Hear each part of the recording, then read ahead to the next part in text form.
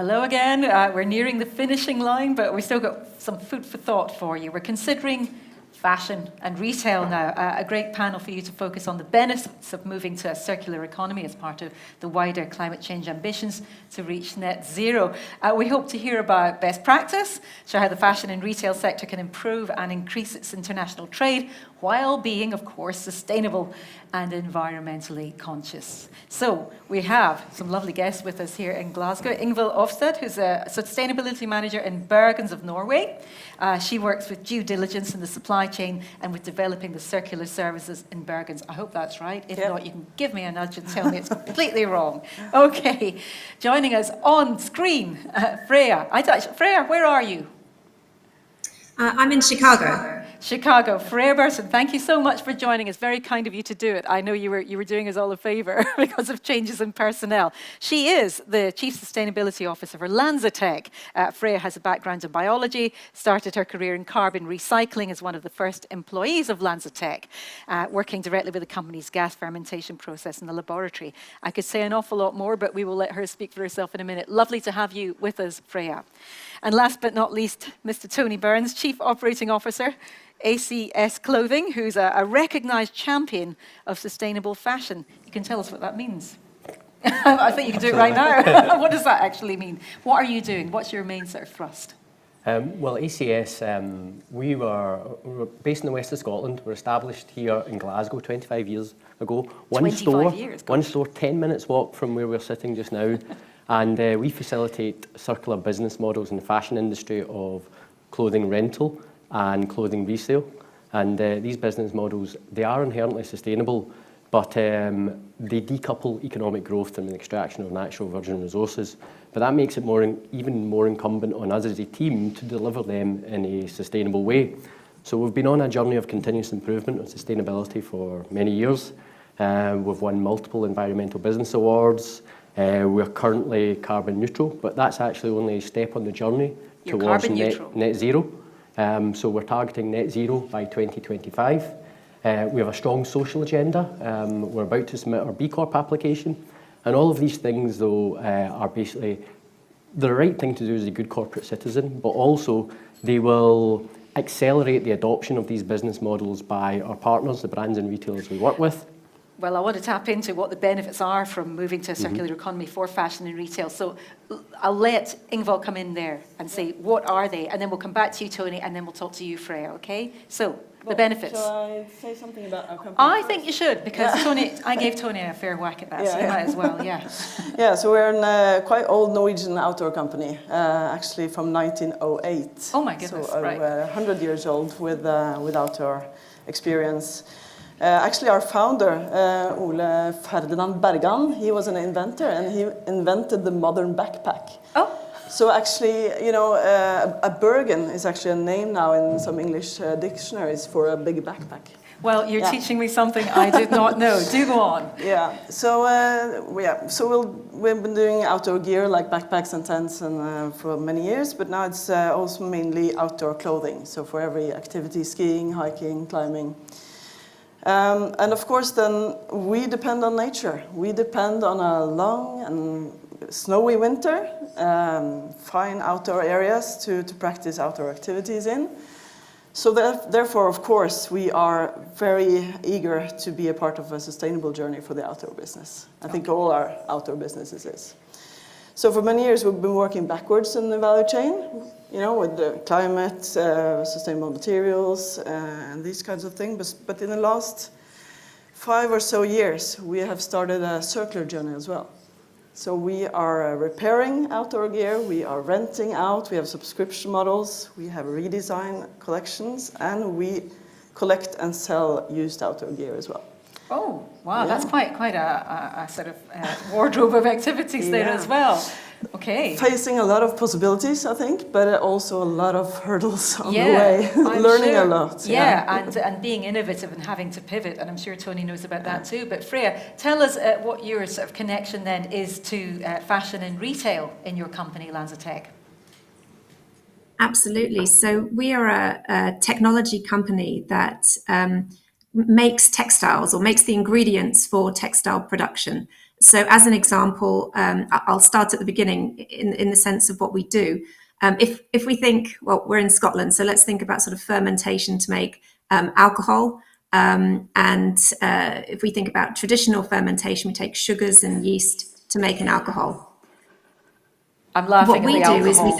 Sorry, I'm cutting across you because I'm laughing about it. You said we're in Scotland, so I'll talk about alcohol. I thought, come on, you're stereotyping us, but it's probably true. Anyway, fermentation. Well, I would normally talk about wine if I was in France, but so if I'm looking at traditional fermentation, we're looking at sugars and yeast, but we don't use sugars and we don't use yeast. We use bacteria instead of yeast, and instead of the carbon from sugar, we use the carbon in emissions or waste carbon that's in the atmosphere, and we can capture that carbon. So let's use a steel mill as an example, taking steel mill emissions and feeding those to the bacteria, just like you would feed yeast sugar.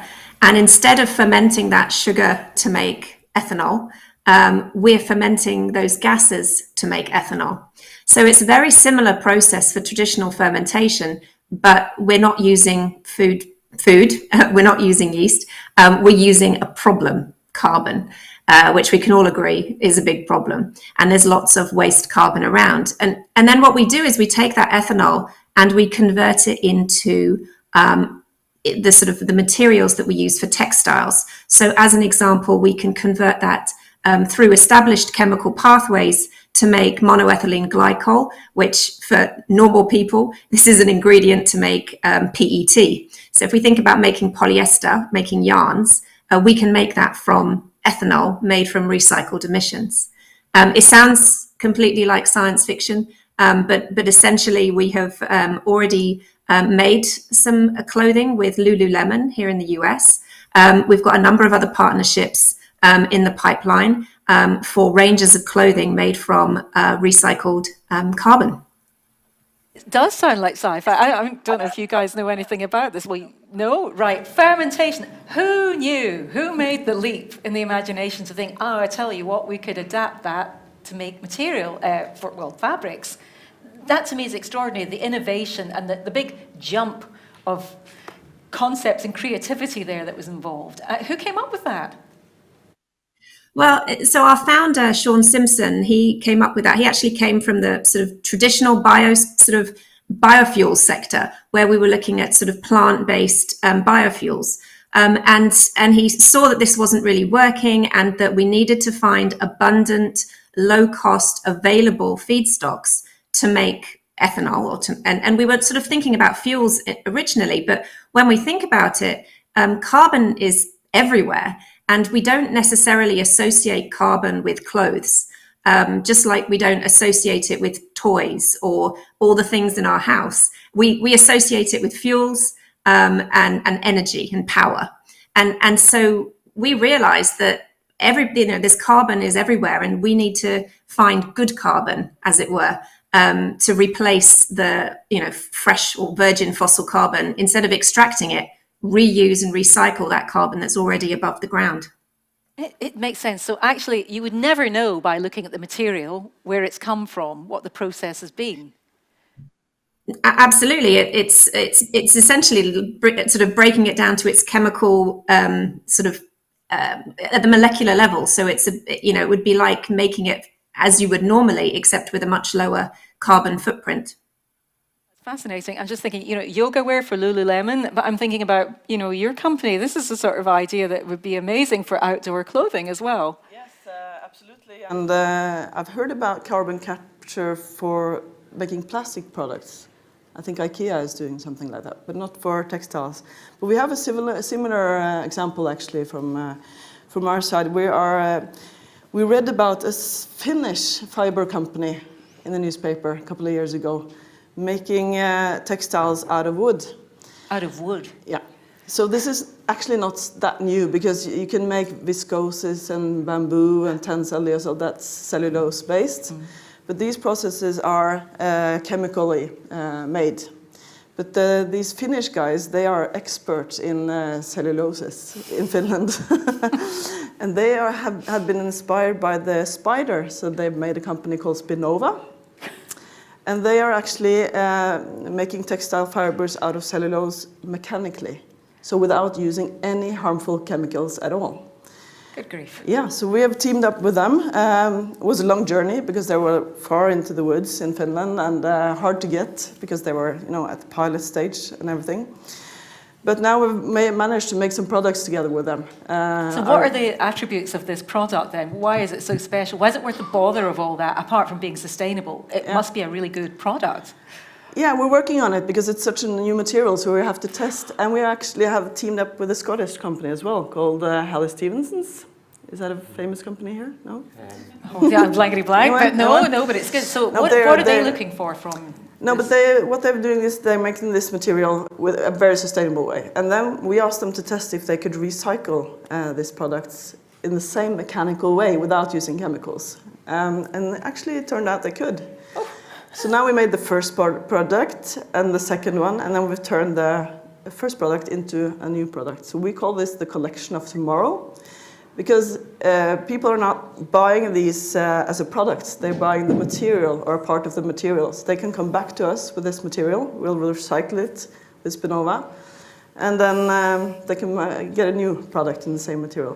And this is quite amazing actually, because if you recycle textiles, it often degrades. Yeah. I think it's 1% of textiles today that are recycled into new textiles. So this is not huge yet. But actually, with this material, you can. But our designers have to think really hard in how to make this product without nylon thread, without plastic coating, without zippers of metal, because it has to be natural to be able to recycle it. And that's why we've gotten help from Hallie Stevenson's, because they can treat the material so it's waterproof. We have an anorak now, and it's waterproof with some kind of oil treatment that can also go in the same recycling process. So I'm trying to imagine, so this it's is waterproof. a pilot product. This is not many products. No, but it's fascinating. So this is something that's obviously is it quite crisp to the touch or hard to the touch? Or We've made some different materials actually. We made a backpack first, of course. Of course.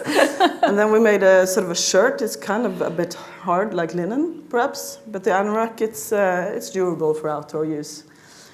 And this is scalable? You think this could go? This is scalable. Spinnova is going to grow. They've already now teamed up with, I think, both H&M and Adidas.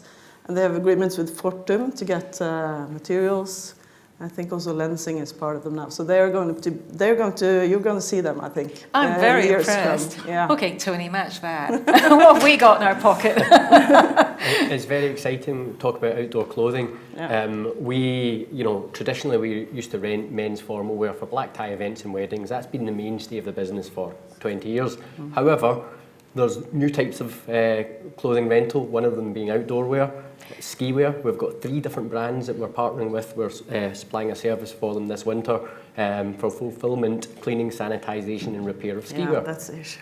That is the issue. You've got to clean them afterwards, haven't you? And repair them if you're a skier like me. Definitely need to repair some of that stuff. Wow. So this is a big area of growth. So do you think this Spinnova, I mean, it's just one example of just how innovative people are getting. Do you see that really taking off then? Absolutely. I know my wife spends a fortune when she goes skiing to stand at a bar, an après bar, and wear a fancy jacket, whereas now she can have a new jacket every time she goes, and it's rental. And that type of the principle of rental for one-off occasion rental is really growing, but also subscription rental where you actually have multiple items delivered to you, and the principle of a revolving wardrobe is going to change the way we dress for years to come. Right, this is interesting culturally, and you can jump in here as well, Freya. I don't know if it happens in the States, that there's a big sort of rental thing going on, that basically people are they're not investing in clothes, well, they're not investing in fast fashion as much, maybe they're investing in high-end clothes, but yes, this rental market, is that happening out in the USA as well? Absolutely, it's huge, and especially with the internet, internet enabling things for people. Rent the Runway's been huge here for a long time, and not just sort of the rental market, but also a big boom in secondhand and on sailing. So that's a sort of almost another form of rental, because people buy it but then they sell it on again, and that's very common here without any kind of I suppose, stigma which there might have been in the past, because actually you're being a much more sensible shopper, really. And suddenly it had a sort of glamour and allure to it, whereas before it was just plain old secondhand. And I know I still do, I still haunt secondhand shops. But this rental thing, is that something that you could be doing as well in Bergen? Yeah, we are already. doing it. You're doing it. Yeah. So we are, but still on a small scale, because this is really difficult to scale up.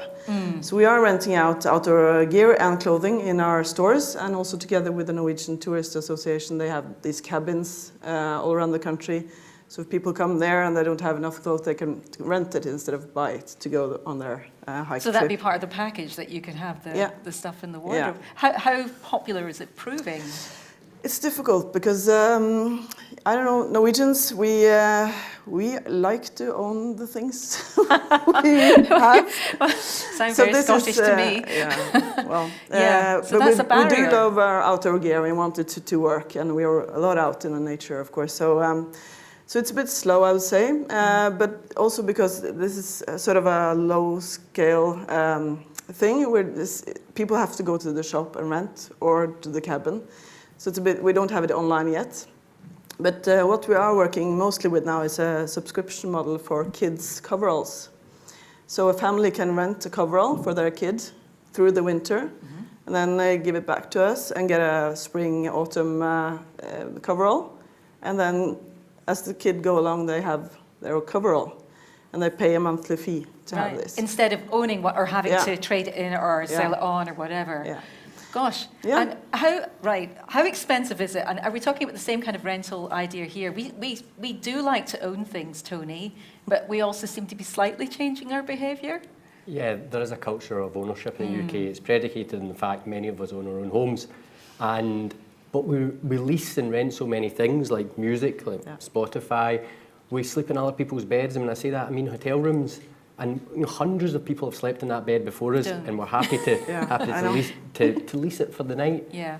But we have a reluctance to rent clothing because it's so close to literally your skin. It's so personal. It feels like oof. But the hotel bed as well. It's also close. Yeah. It's got a sheet on it. Yeah. And the point you've made there is the biggest barrier to the adoption of clothing rental and second-hand clothing. There's a perception that clothing items are dirty, and that's why we're using innovative technology like ozone technology in laundry systems, and also in the air to sanitise garments to a medical grade standard, which helps break down these barriers, but we need to talk about it more. So it's great having a platform like this. Medical grade, well that's interesting given that we are still in the throes of a pandemic. I mean, how is the rental business going? Because people will have different considerations or different levels of risk now that they think, well, I might be getting something that somebody's had that maybe, medically would compromise me. So you have to make sure that those clothes are completely, scrupulously clean then, yes? Absolutely. If I put it into context in terms of take away the medical grade, but our clothing items after ozone treatment are much, much cleaner than an excellent restaurant preparation area. So, you could eat your dinner off them, so to speak. And it's getting that message out there. And we're 5 minutes walk from the high street in Glasgow, and see the clothing on high street, on rails. There's a perception it's clean. It has been through so many different hands, and it's been all over the globe. And studies have shown in the past that the contaminants on retail clothing are quite extreme. Rental clothing from our facility is much, much cleaner.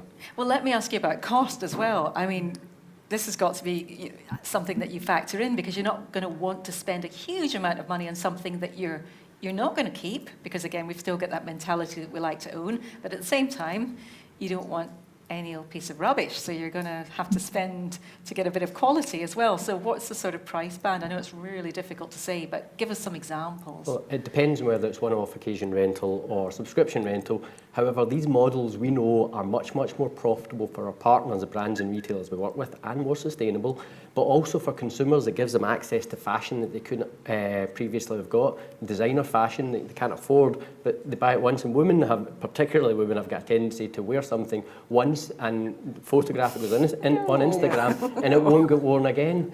Whereas now, for the same amount, they can hire something 5, 6, 7 times. So it's much better for their purse or their wallet. compared to buying in subscription rentals, even different again. You can have multiple changes per month for £50, £60 depending on the brand, and more UK retailers are adopting this, similar to the US. Is this something you've tried, Freya? Have you rented anything, or would you, or do you have a sort of emotional hurdle with that?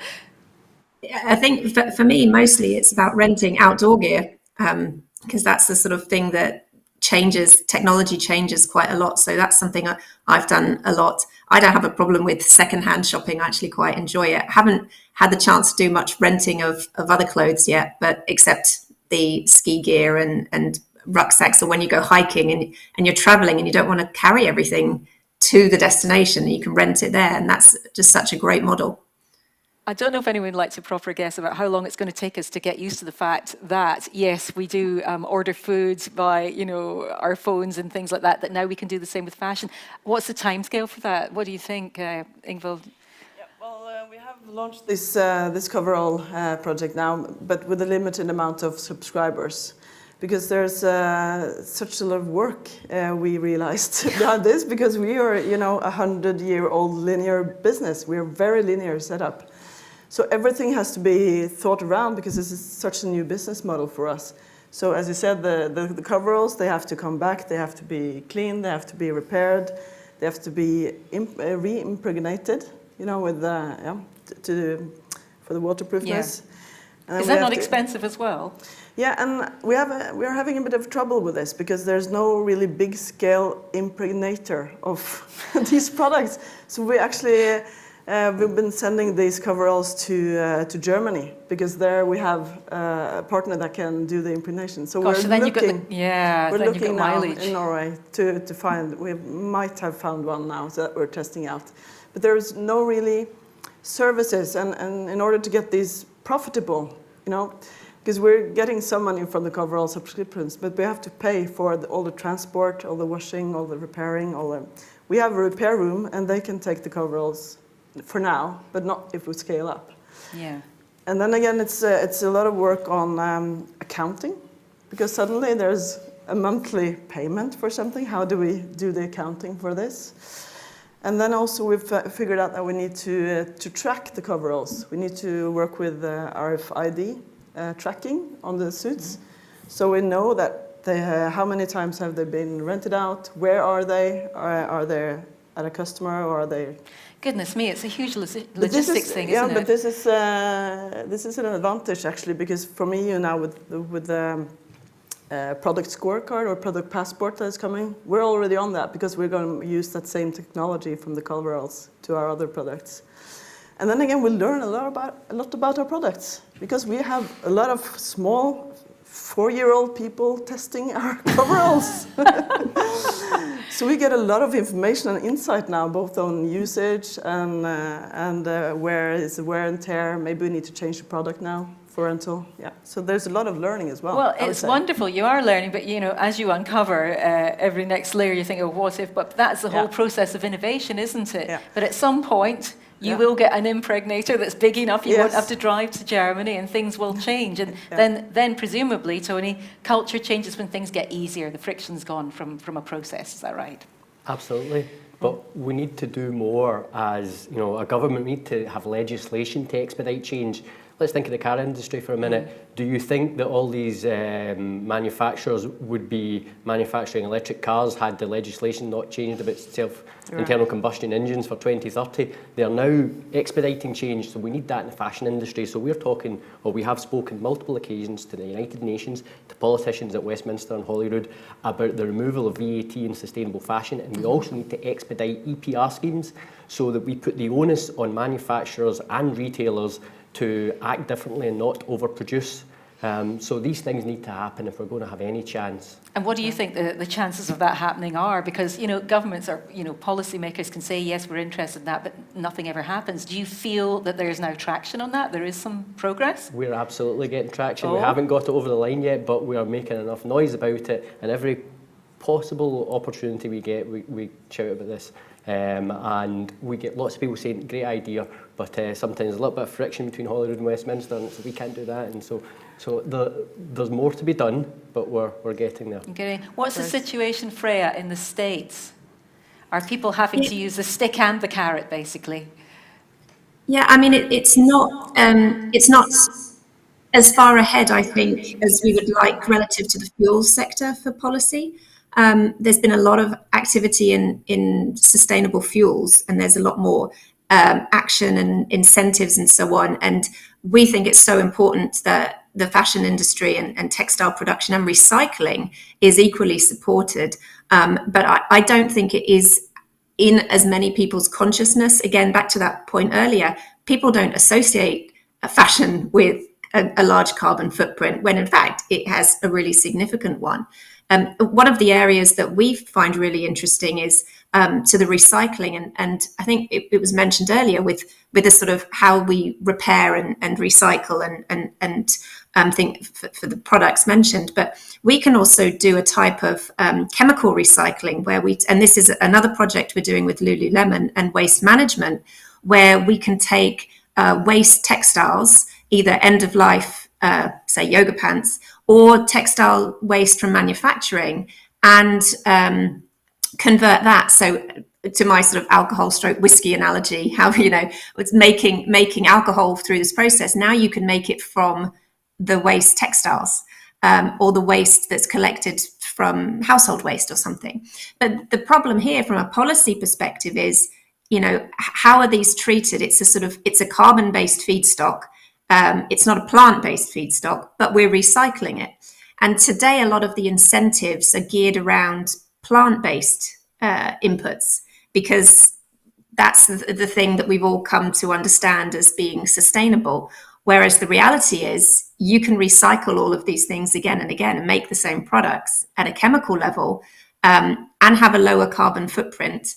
But today, they're not perhaps incentivized, or they don't have any tax breaks because people hadn't thought about it, or policy is just lagging a little bit. So I'm really encouraged to hear that you're getting close. We're getting closer in other areas of support, because I think people don't associate the need in the textile fashion industry.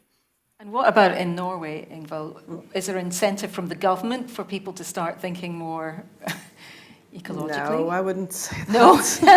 Is that true? That you don't get the impression there is a big push? There's a big circular economy action plan in Norway as well, but it's I wouldn't say there are a lot of practical incentives. I know Sweden has cut the tax on repair and I think rental, perhaps, or second-hand of textiles and electronics. So we're saying, look to Sweden. Yeah, but I'm just thinking, come on, surely if you've got a neighbour that's doing that, there's a bit of competition. Because we really need to get some support here. We love to test out things, but it would be nice with some governmental support, or even just removing the hurdles. We've been selling second-hand outdoor gear for a couple of years, till we realized that there was a law on second-hand sales that we had to apply to the police. To the police? Yeah, in order to be allowed to sell second-hand. It's a law that sort of hinders sale of stolen goods. But it's an old law, and we realized that we had to apply to be able to sell. And did you manage to get past that? Yeah. And does that mean you have to keep reapplying, or is that it now? We have to reapply for every store. Oh, goodness. Yeah, and then, but I think we made a bit of a fuss about this law together with some other companies in Norway. And now the government is actually looking at this law. But then came Corona, and now it's on ice. So we'll pick it up again. You'll pick it up again. But there's these hurdles, and also taxes that you talked about, and customs as well, when we're sending these things to Germany. And even we can't even take repair from Sweden because it's so much customs. It would be too expensive for our Swedish customers. So there's a lot of hurdles that needs to be removed, and we would also like some incentives in some way, just to sort of a signal that we're on the right track, at least. Yeah, well, it's interesting, Tony, listening to that with the repair point of view. Are we got any incentive? Are we got any problems like they've got in Norway when it comes to repair for legislation for anything? Is it a minefield, basically?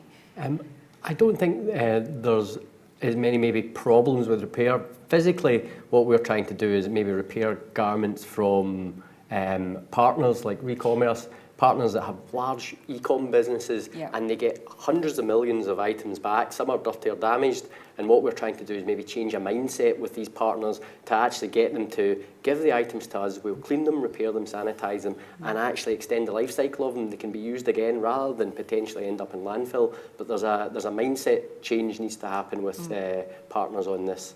Do you think we're still sort of concentrating on fast fashion and stuff like that? We're not looking at the bigger picture yet. We're not looking at circularity. We're just thinking, well, don't buy cheap stuff because that's exploitative and awful. And that's where the debate kind of begins and ends in a lot of developed countries.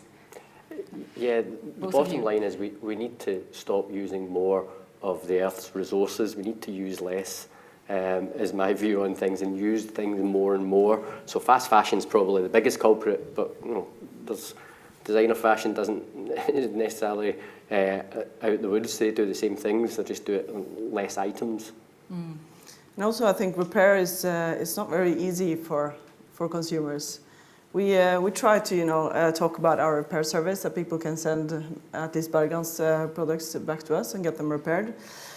But very few know about the service. So we're actually traveling around Norway with a repair car now. Yeah. So just to stopping in different places, asking people to come wear their outdoor gear and fix it. So you're kind of showcasing what you can do. Yeah, but that's what we learned from this is first of all that people really, really love their outdoor gear or outdoor clothing. They have a lot of stories. We get the full story of where this garment has been, on which mountains and everything, and they really, really want to fix it. And I think that's maybe true for a lot of fashion items as well. People do want to fix them, but they do not know how to do it themselves.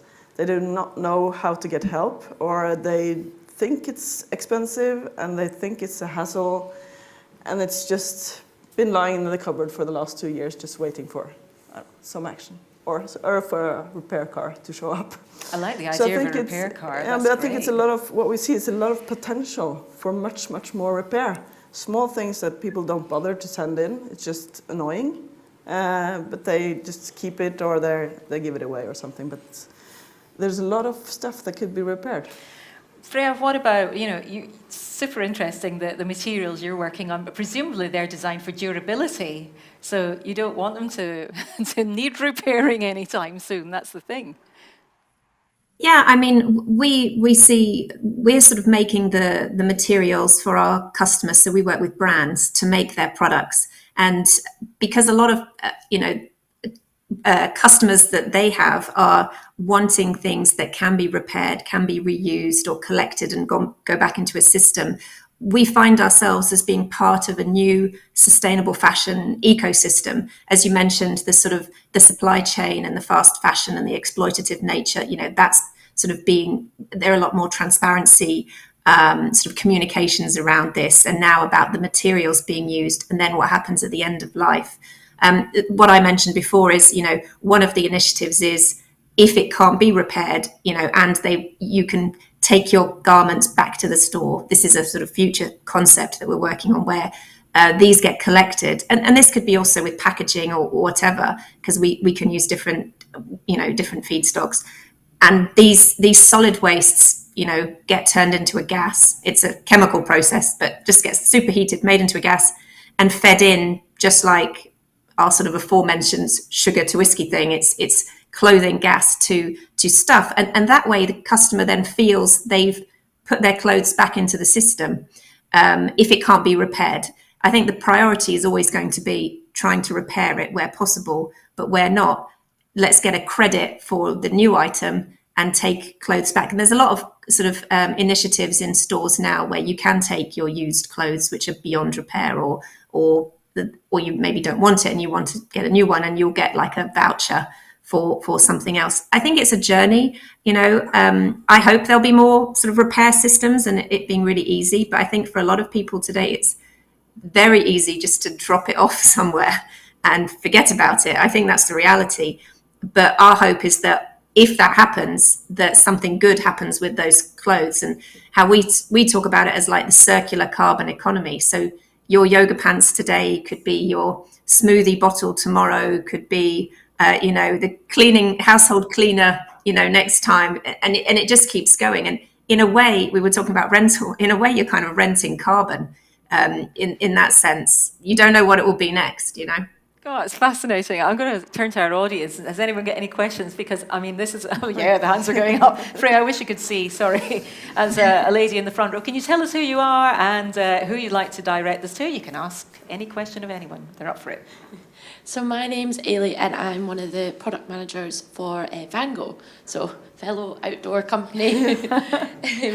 But my question is kind of directed at this whole coating that you were talking about, developed by the Scottish company and it being oil-based and kind of like how waterproof it actually is.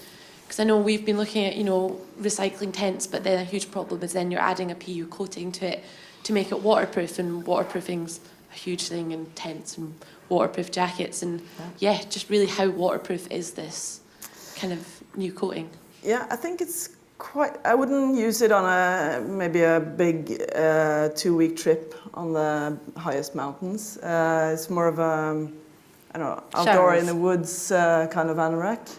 But this is, I would say this is just a test version. Because I do agree, we have a huge challenge when it comes to the impregnation and the fluorocarbons, and we're of course working a lot with that as well, trying to find C0 coatings. So you guys, you will need to do re-impregnation in a much bigger scale going forward, because it's going down. Well, that's a business opportunity for someone, isn't it? Yeah. So I know that Fjellreven is using some kind of coating on their stuff. It works quite well, I think. Christoph, can you help me out here? This is my chemical guy. Is that right? Yeah. Chemical guy, have the mic. My colleague on sustainability, but he knows. Yeah.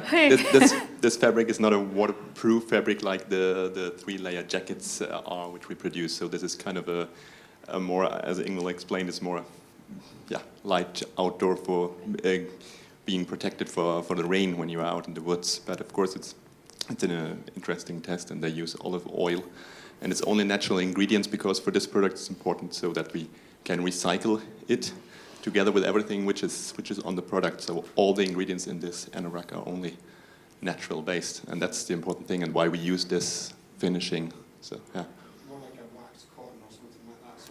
Like a wax cotton, he's saying. I'm just letting Freya know what's mumbling in the Similar. background. It's exciting. We're all very excited about it. Thank you. Got 2 for the price of 1 there. Did that answer your question? There's somebody else wants to ask a question? Stick your hand up. Hi. Hi there, I'm Magnus. I'm from Totspots. We manufacture reusable nappies. We currently use recycled polyester for the waterproof outer layer. So I'm very interested in the kind of fermented carbon version of that. How does it compare cost-wise, and how readily available is it? Oof, is that for Freya? Yes. Yeah, it's for Freya. Great question. At the moment, we have 2 commercial plants making ethanol in China from steel mill emissions, and we're building a number of, we've got 6 more plants in construction around the world. So in terms of availability, we are limited at this point with how much ethanol we're producing and where it's going. In terms of cost, but that being said, reach out to us and we'll see what we can do. In terms of cost at the moment, these are first of a kind processes. The supply chains aren't as established. You know, the scale to the Bergen point about, you know, the impregnation sending to Germany because of scale. I mean, this is true for many people trying to do new things. So there is a cost. It's probably about twice as much compared to sort of fossil today, but we're seeing our customers take that as a green premium, although obviously our goal is that green should not be for the wealthy, you know, it should be for everyone. But today we're trying to, you know, drive that cost down, and that will come as we get just more scale and those supply chains more well established. It does, thank you. I will reach out, I think. Oh, there you go. I think he's interested. Yeah. Anyone else? Just before we move on? Have we got? I can't even see. I'm sorry. It's so dark in here. No, I think we're good. I'm going to move on to look at finally how the kinds of jobs in fashion and retail are going to change in the next 5 to 10 years. So I want you to put on your I don't know, your gypsy glasses and things, and look in a crystal ball and figure out where you think we're going to be in 5 to 10 years? And Tony, you look like the kind of person that might be able to answer that. What sort of jobs will there be? There'll be lots more green jobs. So if I relate this to ACS, we used to have a good pipeline of staff, particularly from Eastern Europe, because there wasn't a lot of manufacturing of garments in the UK. Brexit basically dried that up, Brexit and the strength of the pound. So we recognised that a few years ago, so we set up ACS as an SQA accredited training centre, so we can offer vocational qualifications in logistics, textile care, sewn products, repairs, so we can develop our own talent pipeline, but that's where we then need to work with our local communities, work with DYW in terms of looking at creating jobs from the schools. So we actually have 500 school kids and their teachers coming around our facility for sustainable fashion tours last week and in 2 weeks of COP. And are they buzzing? Are they getting the bug for it? We think they are. We've also managed to embed in the education and curricula some sustainable fashion training. So we're great support from DYW and that will hopefully change kids' relationship with fashion, and that will be our pipeline of staff for the future to help us grow. Ooh, interesting. Ingvild. Yeah, we're also collaborating with some schools because but this is so fun, you know, trying to teach kids how to do redesign. Like this has been the hood. Oh yeah. So it's my new bag. We do this with kids, but also with grown-ups actually. And what we realized is that the teachers in arts and crafts in school, they cannot sew. Oh my gosh. Yeah. News just in. So they need to reskill. Yeah, but they're the math teachers that are being told, arts and crafts is for you this year. So that's, we need to start in school and really teach the kids. But I think EU has said that there's 500,000 jobs connected to the circular economy coming in the coming years. We've actually hired one of them because we now have a circular economy project leader. Because we need to have that because of all the things. That's a new position. That's going to become interesting. So what kind of background does that person come from? She was a project leader in a fashion company actually. But she's, splendid. She's working all the accounting and the logistics and the impregnation and washing and you need some organized person to do all that. But I really think that there will be more jobs in the service sector because we really need to move from just selling new products into services such as rental. And there's a lot of work to be done because, as we said, products are coming back. They need to be handled. They need to be stored somewhere in Norway, maybe not in Germany, or I don't know, both. So I think there will be a lot of jobs in that sector. Also in repair, I think, because right to repair also coming up from the EU. So we need to be better at repairing stuff. What about, before I come to you, Freya, what about shops, the future of shops and clothes and that? Do you think that's, Tony, I don't know if you want to answer that. Are we now looking at fewer shops and people using online for We're just already about seeing everything? that, it's evident. Or are they going to disappear? I don't think they'll disappear. There'll be a change and, it'll be more an experiential trip to the shops and do other things, lunch and drinks, and repair. The convenience, convenience of fashion online, as long as it's delivered in a sustainable way with carbon neutral shipping. And do you really think that the consumer who's used to having everything and having lots of stuff and having their own stuff is going to make that step change to, we need to embrace this brave new world where we look at what we're doing to our planet? Do you think they're going to make that switch easily? Some will, a lot won't, and that's why we need to incentivise them to make more sustainable decisions. So it's a two-pronged approach. To you, Freya, I just wanted to ask you the same question about the jobs, the kinds of jobs in fashion. It sounds to me that there are all sorts of elements here that we could look at, but obviously science and research and design are the obvious ones as well. Yeah, I mean, I agree with what's already been said, but I think from our perspective, and actually, as you were talking about the waterproof coating, I was like, tell me what chemicals you need. I'll take them to my team and say, can you make it? Because, we don't just make ethanol, we actually make about 100 different chemicals, and it's growing because we can kind of train our clever bacteria to make different things. And so I think there's going to be, a lot more of a link between synthetic biology, artificial intelligence, computer modeling, stuff you would never associate with fashion. But actually these kind of new industrial symbioses. I mean, I was talking about the steel industry and Lululemon. I mean, who would have thought it? And so there's going to be these new connections. So I would say to the, for jobs of the future, and if you're looking at, if you're, in school today and thinking about the future, science does not exclude you from, taking part in all these really cool sectors. I think there's probably a misconception that you don't get to have fun with science sometimes, but it's absolutely not true. So I think definitely in the science fields and research, design, as you said, for circularity, and then also, in terms of IT, jobs there to help process the returns, the servicing, the tracking, from a logistics point of view. A lot of the artificial intelligence tools are going to be needed for these things. So people who are skilled in these sort of areas will definitely have jobs in this sector, I'm sure. Really interesting future, and you've just given us a little peek at it. I am so grateful to you. Freya, thank you so much for joining us from USA, Team USA, and to Tony and to Ingvild, thank you very much indeed. Amazing, interesting stuff.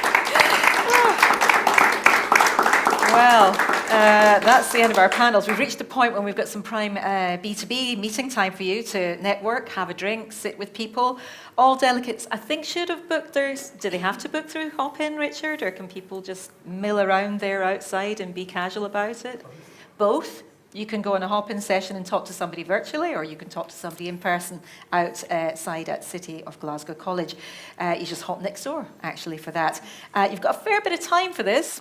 I think you've got to be back with us for 3:45, so that gives you about an hour and a half, an hour and 3/4. That's not bad. So a reasonable amount of time, but we'd like to get you back because we've got closing comments at 3:45. So enjoy yourselves till then. Thank you very much.